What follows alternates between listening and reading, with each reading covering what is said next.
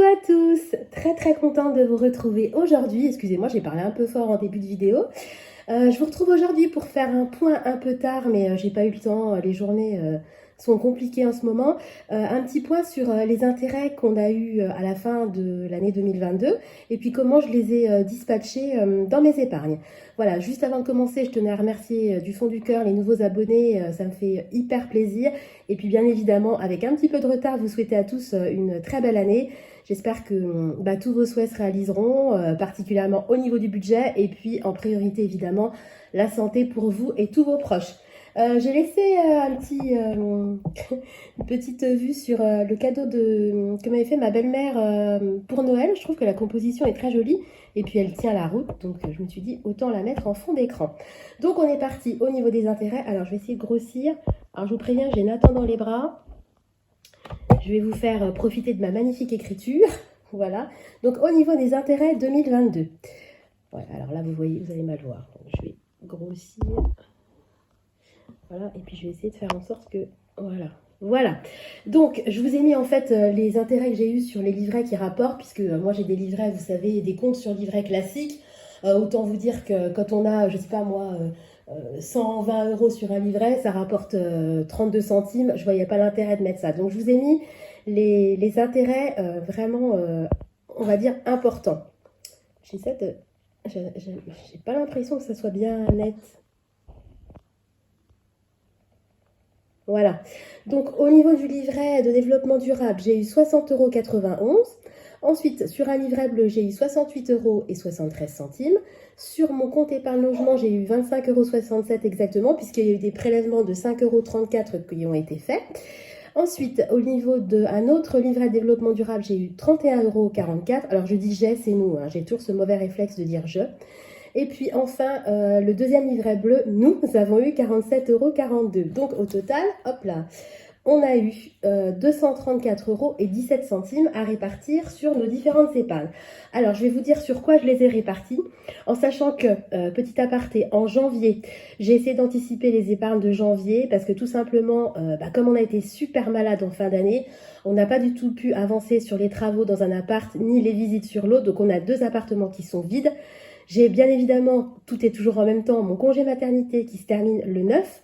Donc, je veux enchaîner sur un congé parental, mais c'est très long la procédure. Je sais très bien avec la MSA que j'aurai pas mon congé parental rapidement.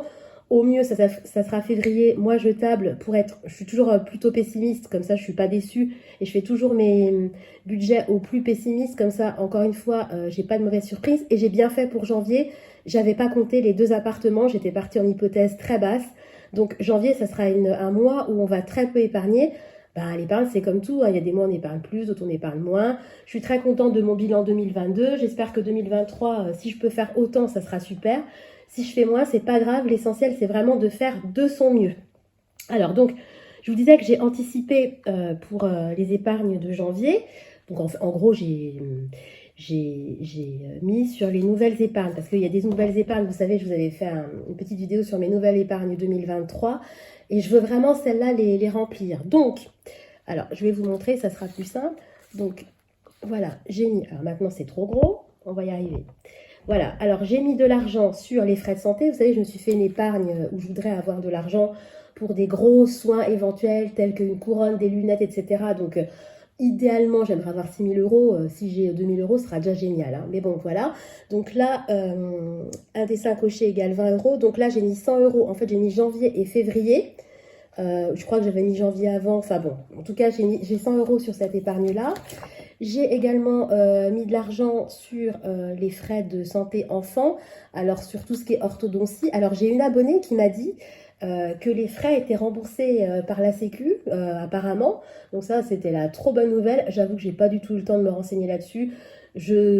Faudrait que j'aille vérifier l'information. Moi, j'ai toujours entendu dire que les frais d'orthodontie, c'était énorme, etc. Alors peut-être qu'il faut juste avancer l'argent et qu'au final, on est remboursé, je ne sais pas. Si vous savez, dites-le moi, ça me permettra d'anticiper mon budget. Tristan, il a 6 ans. D'ailleurs, ils ont eu leur visite hier des 3 et 6 ans chez le dentiste. Tout va très bien. Voilà. L'opération, donc là, vous savez, c'est l'opération pour moi que j'aimerais faire pour à peu près mes 45 ans. Voilà, donc là, c'est pareil. J'ai mis 50 €. Donc au final, sur ces 3 épargnes-là, Oui, mon cœur, j'ai mis 150 euros. Voilà, donc j'avais 234 euros, je crois, à répartir. Je vérifie. Ouais, c'est ça. Donc ensuite, ce que j'ai fait, c'est que j'ai mis 40 euros sur l'épargne promotion. Voilà, donc là, je suis à 123 euros. Donc je pense que je vais m'en servir prochainement parce que déjà de une, il va y avoir mon anniversaire qui va arriver. Donc je vais devoir, enfin c'est promotion et invitation. Moi, pour mon anniversaire, je vais faire un coq au vin. J'avais fait la foire à la volaille, donc le coq au vin attend dans le congélateur. Je vais faire un gratin dauphinois avec. J'ai plein de trucs apéro qui restent de Noël, donc je vais pas avoir beaucoup de dépenses, mais je vais quand même avoir du vin à acheter. Et le vin, on sait que ça coûte très cher, donc je me servirai de cette épargne-là. Et puis, pour atteindre les 234 euros, alors exactement, j'ai placé 233 euros. Hein. J'ai mis 23 euros sur mon défi 2023. Alors, j'ai pas encore eu le temps de le plastifier, mais voilà, j'ai mis les 23 euros sur le mois de janvier. Alors, ce tracker-là, c'est un tracker qui a été fait par Blush Budget. Voilà, je l'ai mis à la main parce qu'en fait, quand j'ai imprimé, ça a coupé le bas, donc c'est pas un tracker que j'ai fait. Donc, oui, mon chat. Voilà, il y a Nathan qui s'excite dans mes bras. Donc voilà, je tiens à le préciser, ce n'est pas mon travail, c'est son travail à elle. Et d'ailleurs, n'hésitez pas à aller faire un tour sur sa chaîne que j'adore. Alors, à côté de ça, sur mon compte courant au mois de décembre, il me restait un petit peu d'argent. Donc, bah pareil, je me suis avancée. Enfin, avancée, non. J'ai mis 30 euros sur le challenge des jours fériés. Vous savez, à chaque fois qu'il y a un jour férié, je mets de l'argent. J'ai décidé... Oui. Bon, alors, attendez, parce qu'il y a Nathan qui s'excite. Je vous reprends. Excusez-moi, donc je vais lui donner le biberon en même temps que je vous parle, donc je m'assois. Donc j'ai décidé de mettre 30 euros dans mon challenge des jours fériés. Vous savez, ce challenge-là, je m'en sers pour payer en fait tout ce qui est repas festifs, donc typiquement les repas d'anniversaire, et il y en a quand même pas mal, et je budgétise 30 euros par repas, donc ben, il faut de l'argent.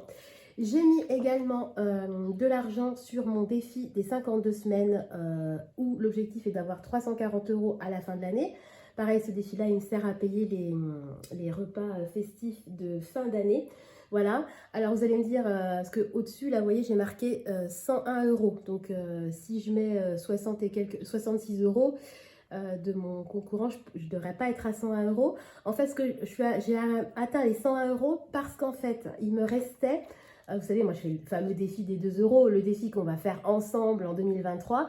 Et en fait, à la toute fin 2022, eh ben, il me restait encore 35 euros. J'avais fait des dépenses, c'était Noël, etc. Donc, j'ai mis mon défi des 2 euros à 0 au 1er janvier. Et le reliquat, je l'ai mis sur le défi des 52 semaines. Donc, hyper contente parce que j'ai déjà 101 euros. Je rappelle que l'objectif, c'est 340. Donc, l'année démarre bien. Voilà le petit point concernant les intérêts et puis les reliquats d'épargne que j'ai dispatchés. Alors, je vous parlais du fameux défi des 2 euros.